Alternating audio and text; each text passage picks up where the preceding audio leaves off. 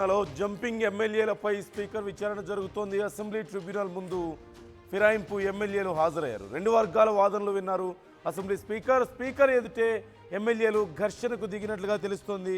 మేము party మారలేదని బీఆర్ఎస్లోనే ఉన్నామంటూ jumping ఎమ్మెల్యేలు అంటున్నారు. నియోజకవర్గాల అభివృద్ధి కోసమే ప్రభుత్వంతో కలిసి పనిచేస్తున్నామంటూ వాంగ్మూలం ఇచ్చినట్టుగా తెలుస్తోంది. ఫిరాయింపు ఎమ్మెల్యేలు పార్టీ మారారంటూ స్పీకర్కు ఆధారాలు సమర్పించింది బీఆర్ఎస్. కాంగ్రెస్ కండువా కప్పుకున్నట్లుగా ఫోటోలు, వీడియో క్లిప్పింగ్లు కూడా పిటిషనర్లు అందించినట్లుగా తెలుస్తుంది. మనం స్క్రీన్లో చూస్తున్నాం. వాళ్ళు కాంగ్రెస్ కండువా కప్పుకున్న సమయంలో మొత్తం 10 మంది ఎమ్మెల్యేలు కాంగ్రెస్ కండువా కప్పుకున్న సమయంలో దిగినటువంటి ఫోటోలు, వీడియోలు మనం చూస్తున్నాం. మరోవైపు అది 3 రంగుల జెండా లాగా అనిపించి కప్పుకున్నామని, సీఎం కప్పారు కాబట్టి ఏదో మర్యాద కొద్దీ మేము కప్పుకున్నామని చెప్తున్నటువంటి పరిస్థితి కూడా మనకు కనిపిస్తుంది. ఈ నేపథ్యంలో బీఆర్ఎస్ దీనికి సంబంధించి అన్ని ఆధారాలు ఇచ్చింది. అలాగే ఇరు వాదనలు విన్నట్లుగా తెలుస్తుంది. ఓవైపు బీఆర్ఎస్ ఎవరైతే కంప్లైంట్ ఇచ్చారో పిటిషనర్లు, వాళ్ళు అలాగే వరుసగా ఎమ్మెల్యేలను కూర్చోబెట్టి వాళ్ళ లాయర్స్తో కలిపి వాళ్ళ వాదనలు విన్నారు. అయితే అక్కడే స్పీకర్ ఎదుటే వాళ్ళు గొడవ పడ్డారంటూ కూడా తెలుస్తోంది. ఈ నేపథ్యంలో మరి ఇప్పుడు ఏం చర్యలు తీసుకోబోతున్నారు? వాళ్ళు ఏం వాదనలు వినిపించారు, ఏం చెప్పారు సమాధానం, మరి ఫర్దర్గా దీనికి సంబంధించి ఏం యాక్షన్ ఉండబోతోంది అనేది ఒకటైతే, మరోవైపు కడియం ఏం చేయబోతున్నారు అనేది కూడా చాలా పెద్ద చర్చ జరుగుతుంది. ఆయన ఇక నేను ఎన్నికల్లో పోటీ చేయను, ఇదే నా లాస్ట్ ఎన్నికలు అంటూ గతంలో చెప్పడాన్ని, ఎన్నికలకు ముందు చెప్పడాన్ని, అలాగే ఈ మధ్య మాట్లాడుతూ కూడా చెప్పారు నేను చెప్పిన మాట మీద నిలబడతానని. అలాగే ఇప్పుడు 8 మంది, 10 మందిలో 8 మంది మాత్రమే దీనికి స్పీకర్ ఇచ్చినటువంటి ఆ నోటీసులకు సమాధానం ఇచ్చారు, ఇద్దరు ఇవ్వలేదు. ఈ నేపథ్యంలో మరి కడియం కానీ దానం కానీ ఏం సమాధానం చెప్తారు? కడియం ముఖ్యంగా రిజైన్ చేస్తారంటూ పెద్ద చర్చ జరుగుతున్న నేపథ్యంలో ఆయన ఏం నిర్ణయం తీసుకుంటారు? ఈరోజు క్లారిటీ రాబోతుంది అంటూ అందరూ వెయిట్ చేస్తున్నారు. మధు జాయిన్ అవుతున్నారు, మా ప్రతినిధి. మధుతో ఒకసారి మాట్లాడదాం. మధు, కడియం విషయంలో చాలా పెద్ద ఉత్కంఠ కొనసాగుతుంది. సో ఏం డెసిషన్ వచ్చే అవకాశాలు కనిపిస్తున్నాయి? అట్ ది సేమ్ టైం మరి ఎమ్మెల్యేలు అసలు ఎలా రెస్పాండ్ అయ్యారు? గొడవ పడ్డారంటూ తెలుస్తుంది. అంటే కఠినమైనటువంటి ఆంక్షలు విధించారు నందు. ఆ అసెంబ్లీలో మీడియాకు అనుమతి లేదు. డైరెక్ట్ గా హాజరైనటువంటి ఎమ్మెల్యేల సెల్ ఫోన్లను కూడా డిపాజిట్ చేయించుకున్నారు. కేవలం పత్రాలతో వాళ్ళు ఏదైనా సమర్పించాలనుకుంటే బై పేపర్ ఇవ్వాలనుకుంటున్నటువంటి ఆధారాలు ఏవైతే ఉన్నాయో వాళ్ళు డిస్ప్లే చేయాలనుకుంటున్నట్టు స్పీకర్ కి అందించాలనుకున్నా అవి మాత్రమే అనుమతి ఇచ్చారు. సెల్ ఫోన్లను, డిజిటల్ కి సంబంధించినటువంటి ఇంకా ఇతర సామాగ్రిని, అంటే బ్లూటూత్ కానీ ఇంకా ఇతరకు సంబంధించినటువంటి ఏ అనుమతి ఇవ్వలేదు. వాళ్ళను లోపలికి పంపారు. ఇది కూడా ఒక వారం రోజులు ఇట్లాంటి సిచ్యువేషన్ ఉండనుంది. అసెంబ్లీ ప్రాంగణంలో ఎవరికి అనుమతి ఇవ్వట్లేదు. చాలా స్ట్రిక్ట్ గా కఠిన ఆంక్షలు అమలు చేస్తా ఉన్నారు. అందులో భాగంగానే ఆ లోపల ఒకరిపైన ఒకరు అంటే మాటలు అనుకునేటువంటి సిచ్యువేషన్ ఉంది. మార్షల్స్ ఉన్నారు అక్కడ. ఏ పరిస్థితి ఉద్రిక్తంగా మారకుండా ఉండడానికి, ఎందుకంటే 1 to 1 స్పీకర్ మాట్లాడే సందర్భంలో క్రాస్ ఎగ్జామినేషన్ లాగా ఉంది. అంటే ఒకరు పార్టీ మారిన ఫిరాయింపు ఎమ్మెల్యేలు, ఒకరేమో బీఆర్ఎస్ పార్టీకి సంబంధించి కంటిన్యూ అవుతున్నటువంటి ఎమ్మెల్యేలు. వాళ్ళ ఈ విచారణ సందర్భంగా ఉద్రిక్త పరిస్థితులు ఉంటాయనేటువంటి ఆలోచనతోనే ఇలాంటి పరిస్థితులు, ఇలాంటి ఆంక్షలు విధించినటువంటి సిచ్యువేషన్. ప్రకాష్ గౌడ్, కాళ యాదయ్య, బండ్ల కృష్ణమోహన్ రెడ్డి, గూడెం మహిపాల్ రెడ్డి నిన్న వీళ్ళ విచారణ ముగిసింది. ఈ సందర్భంలోనే వాదోపవాదాలు జరిగినట్టుగా తెలుస్తోంది. ఒకరిపైన ఒకరు మాట్లాడుకున్నట్టుగా తెలుస్తోంది. బీఆర్ఎస్ తరఫు నుంచి కూడా హాజరయ్యారు. కల్వకుంట్ల సంజయ్, చింతా ప్రభాకర్, పల్ల రాజేశ్వర్ రెడ్డి, వీరి తరఫు నుంచి కూడా కొంతమంది లీగల్ ఎక్స్పర్ట్స్, అడ్వకేట్స్ హాజరయ్యారు. పిటిషన్ వేసినటువంటి వీళ్ళు అక్కడ ఆరోపణలు ఎదుర్కొన్నటువంటి ఆ ఫిరాయింపు ఎమ్మెల్యేల మధ్య వాదోపవాదాలు జరిగినట్టుగా తెలుస్తా ఉంది.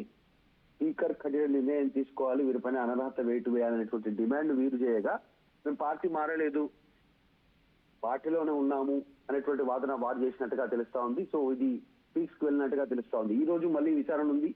30వ తారీఖు రోజు నా అభిప్రాయం చెప్తాను, స్పీకర్ కు వివరణ ఇస్తాను అనేటువంటిది కడియం శ్రీహరి గతంలో స్టేట్మెంట్ చేశారు. సో ఈ రోజు కడియం శ్రీహరి ఏం వివరణ ఇవ్వనున్నారు స్పీకర్ కి? ఇంతవరకు మొదటి నుంచి కూడా ఇన్ని రోజుల వ్యవధిలో కూడా సుప్రీంకోర్టు సూచన చేసిన తర్వాత కూడా, స్పీకర్ కార్యాలయం నోటీసు అందించిన తర్వాత కూడా ఇప్పటి వరకు రెస్పాండ్ కాలేదు.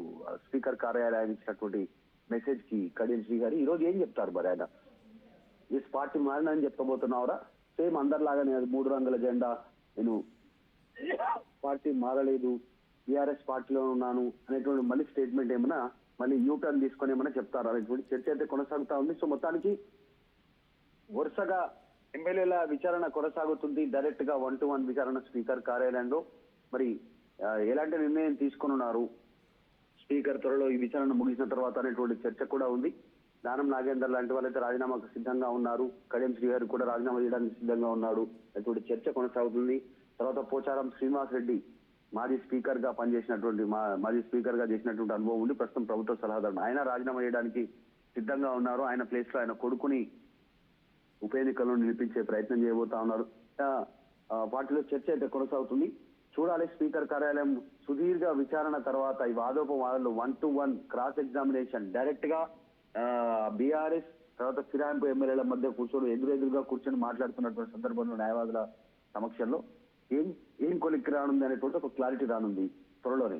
నందు అంటే ఇప్పుడు ఇక తప్పనిసరి పరిస్థితి వచ్చిందా స్పీకర్కి కూడా ఏదో ఒక నిర్ణయం తీసుకోవాల్సిన అవసరం ఉంటుందా ఇప్పుడు ఇదంతా అయిపోయి వాదనలు వినిపించిన తర్వాత, లేదంటే ఇంకా డిలే చేయడానికి ఏమైనా అవకాశం ఉందా? ఎగ్జాక్ట్లీ. అంటే యాక్చువల్ గా అయితే ఫైనల్ జడ్జిమెంట్ ఒక స్పీకర్ కు మాత్రమే తుది నిర్ణయం ఉంది. స్పీకర్ కు ఉన్నటువంటి విశేష అధికారాలను వచ్చినాన్ని లేకుంటే స్పీకర్ విషయంలో సుప్రీం కోర్టులు కానీ హైకోర్టులు కానీ కూడా కలగజేసుకోలేవు, సూచన మాత్రమే చేయగలుగుతాయి అనేటువంటిది మనం చూసాం మొన్ననే. హైకోర్టులో దీర్ఘంగా విచారణ తర్వాత మళ్ళీ కాస్త డిలే అవుతున్న సందర్భంలో హైకోర్టు ఇచ్చిన ఉత్తర్వులను కూడా స్పీకర్ కార్యాలయం పూర్తి స్థాయిలో ఇంప్లిమెంట్ చేయనటువంటి స్టేజ్ లో ఉంటే సుప్రీంకోర్టుని ఆశ్రయించారు బీఆర్ఎస్ పార్టీకి సంబంధించిన నాయకులు, లీగల్ టీం. సో సుప్రీంకోర్టు కూడా ఘాటుగానే స్పందించి సూచన మాత్రమే చేయగలిగింది స్పీకర్ కార్యాలయానికి.